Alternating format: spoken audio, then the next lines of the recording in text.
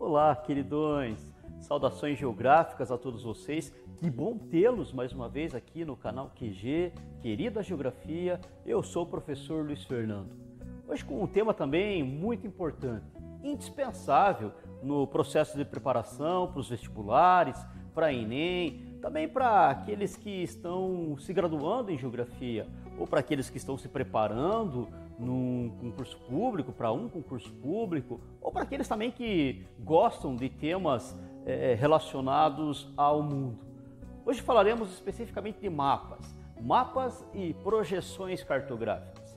Talvez você possa se perguntar, mas temos centenas de vídeos sobre esse tema no YouTube.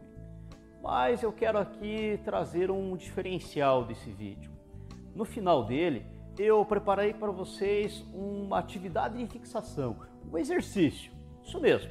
Você vai ter algumas questões ali que você vai poder responder e testar o seu conhecimento acerca do assunto. Uma vez mais, peço para que vocês curtam esse vídeo, para que vocês se inscrevam no canal, compartilhem, para que o canal QG ele possa alcançar os 4 cantos desse planeta. Eu agradeço mais uma vez por você estar aqui comigo. E sem mais, vamos ao vídeo.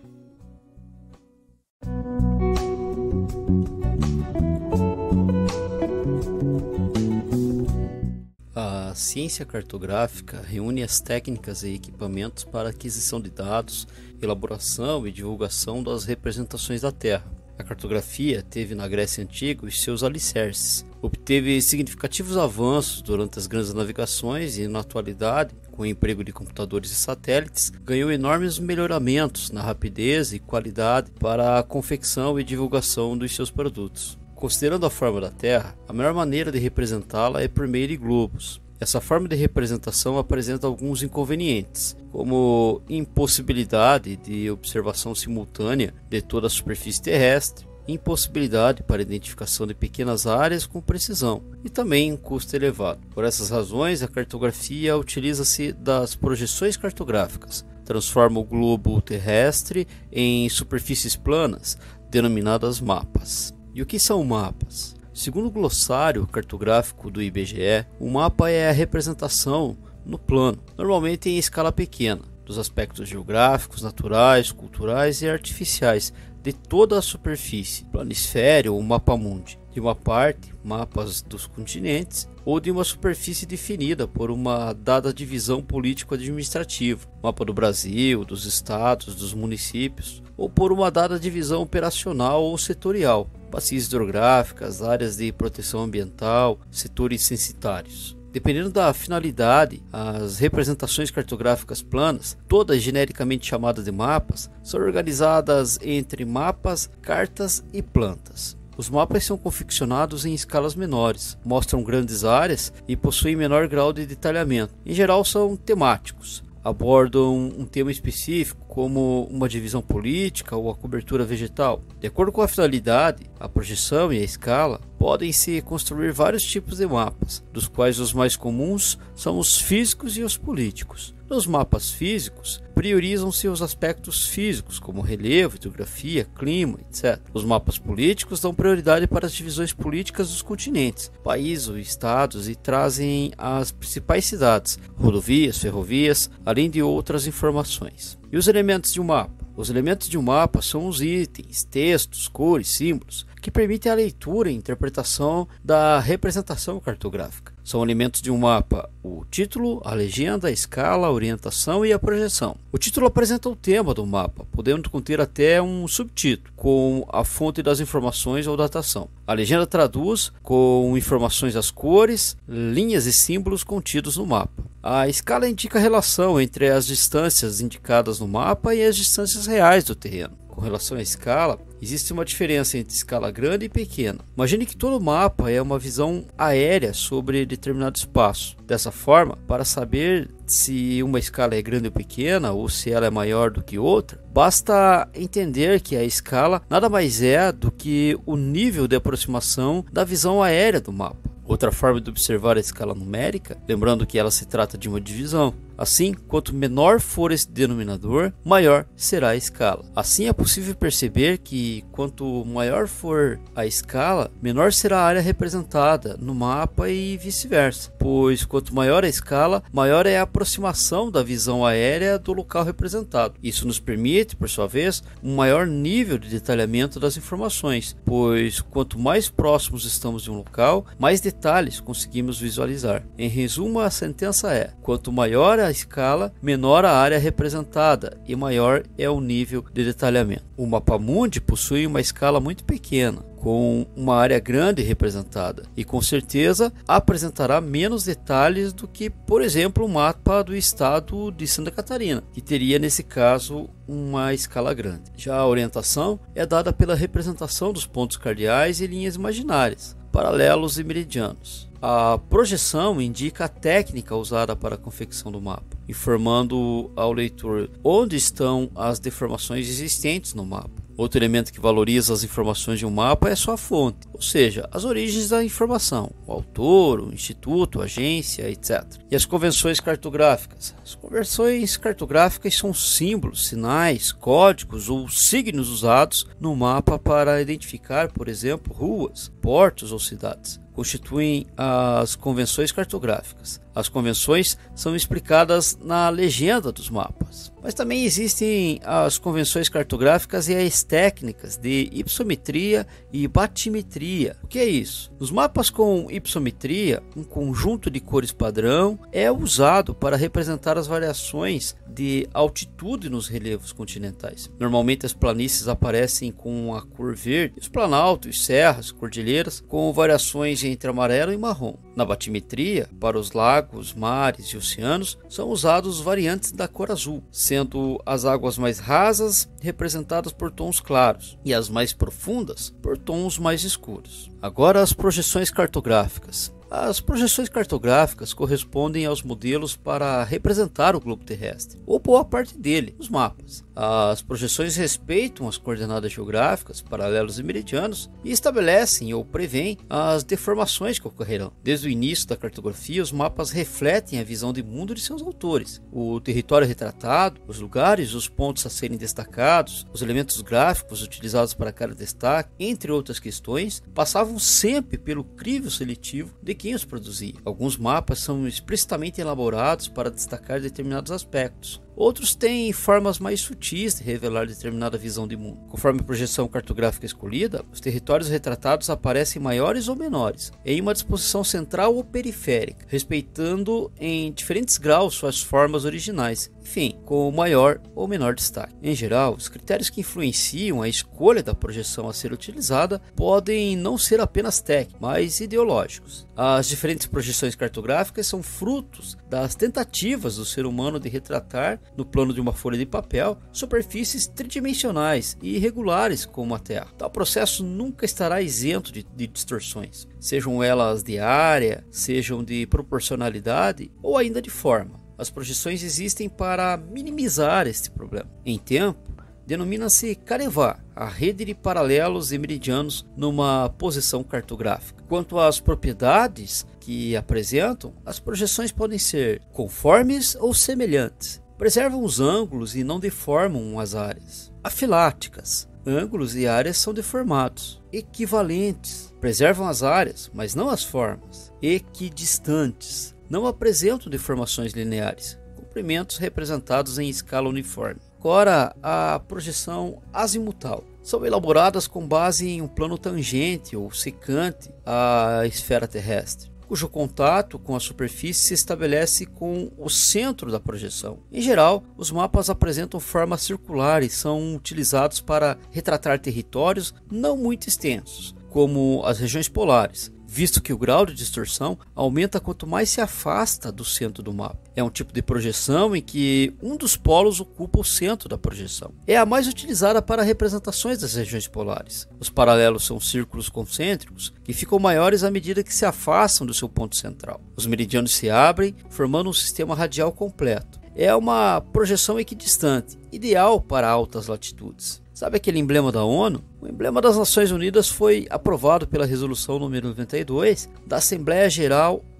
em 7 de dezembro de 1946. Com relação à descrição desse emblema, o emblema consiste numa projeção azimutal equidistante do mapa mundo, centrada no Polo Norte, inscrita numa coroa consistindo de ramos cruzados de oliveira com a água representada em branco. O mapa estende-se a 60 graus de latitude sul e inclui 5 círculos concêntricos. Com relação à simbologia, os ramos de oliveira simbolizam a paz. O mapa do mundo retrata a área em que a ONU procura alcançar o seu objetivo principal, paz e segurança. As projeções cilíndricas. O plano de projeção é um cilindro, aberto em um dos seus meridianos, envolvendo a Terra. Os meridianos e os paralelos são dispostos perpendicularmente e as distorções tendem a aumentar quanto mais próximo dos polos estiver o território. Muito utilizadas para a representação de mapa-mundi, de mapas marítimos e de regiões de baixas latitudes, em que as deformações são mínimas. As projeções cilíndricas apresentam paralelos e meridianos que se cruzam em linhas retas e perpendicularmente. A projeção de Mercator é uma projeção cartográfica cilíndrica elaborada pelo geógrafo, cartógrafo e matemático Gerhard Mercator. É atualmente uma das projeções mais utilizadas em todo o mundo. Você já ouviu falar na projeção UTM, Universal Transversa de Mercator? Essa projeção busca minimizar as deformações na confecção dos planisférios. Apresentada por cartógrafos estadunidenses em 1950, coloca o cilindro perpendicularmente ao eixo de rotação da Terra, sendo o mapa confeccionado na projeção cilíndrica entre os paralelos 84 graus de latitude norte e 80 graus de latitude sul, e nas regiões polares, em que as deformações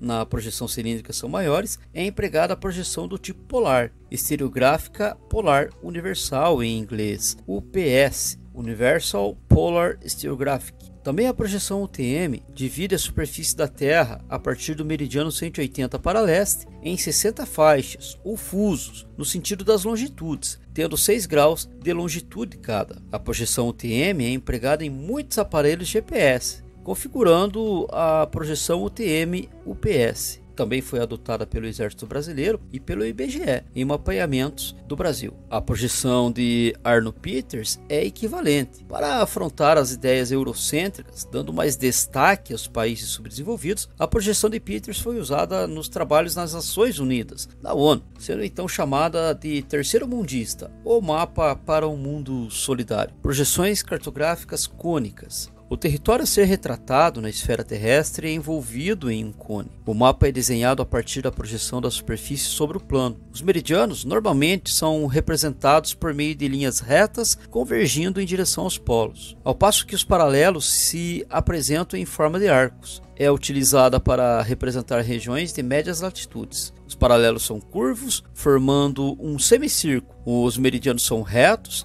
se abrindo num sistema radial incompleto. As regiões de altas e baixas latitudes sofrem deformações. Projeta-se um hemisfério por vez. Agora algumas outras projeções. Projeção estereográfica, conhecida desde a antiguidade, é muito utilizada para a representação de mapas mundi. É projetada a partir de um ponto de vista nos antípodas do ponto central, o que permite teoricamente representar todo um hemisfério. Os hemisférios e os meridianos são curvos. As projeções estereográficas são utilizadas para a representação dos globos em hemisférios opostos. Projeção ortográfica, também muito antiga, abrange o hemisfério inteiro. Os paralelos e o meridiano central são retos e os demais meridianos são curvos. Como produto final da projeção ortográfica, tem-se o hemisfério da Terra como se observado à distância. Projeção de Malwaid é comumente empregada para a representação do globo inteiro, sendo o meridiano de Greenwich, a linha do Equador e os demais paralelos retos, e os outros meridianos curvos.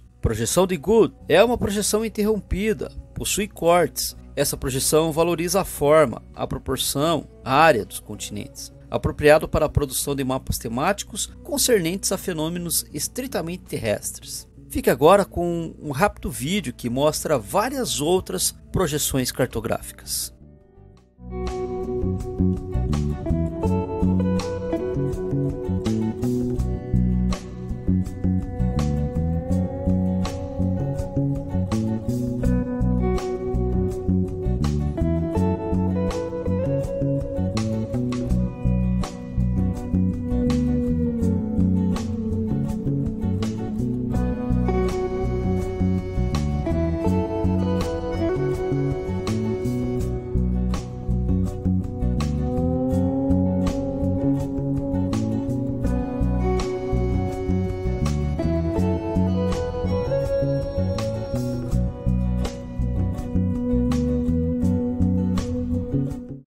vocês chegaram até aqui? Gostaram do vídeo? Deixe lá nos comentários as suas observações. Agora, como eu disse lá no início, o diferencial dessa aula vai ser o exercício de fixação, a atividade de fixação que vocês terão nos próximos ou nos últimos 5 minutos. Sugiro a vocês que tenham em mãos lápis, caneta ou borracha, também algum material didático que possa lhe auxiliar nas pesquisas. Logicamente que as respostas para essas questões estarão no próprio vídeo que vocês acabaram de assistir. Então, fica a dica. Respondam esses exercícios para assimilarem ainda mais esse conhecimento. Sem mais, eu agradeço mais uma vez por vocês terem chegado até aqui nesse vídeo, para que vocês também peço para que vocês se inscrevam no canal, para que vocês compartilhem esse vídeo e deixem todas as suas dúvidas, observações, sugestões nos comentários lá. Abraços geográficos, queridões! Tchau!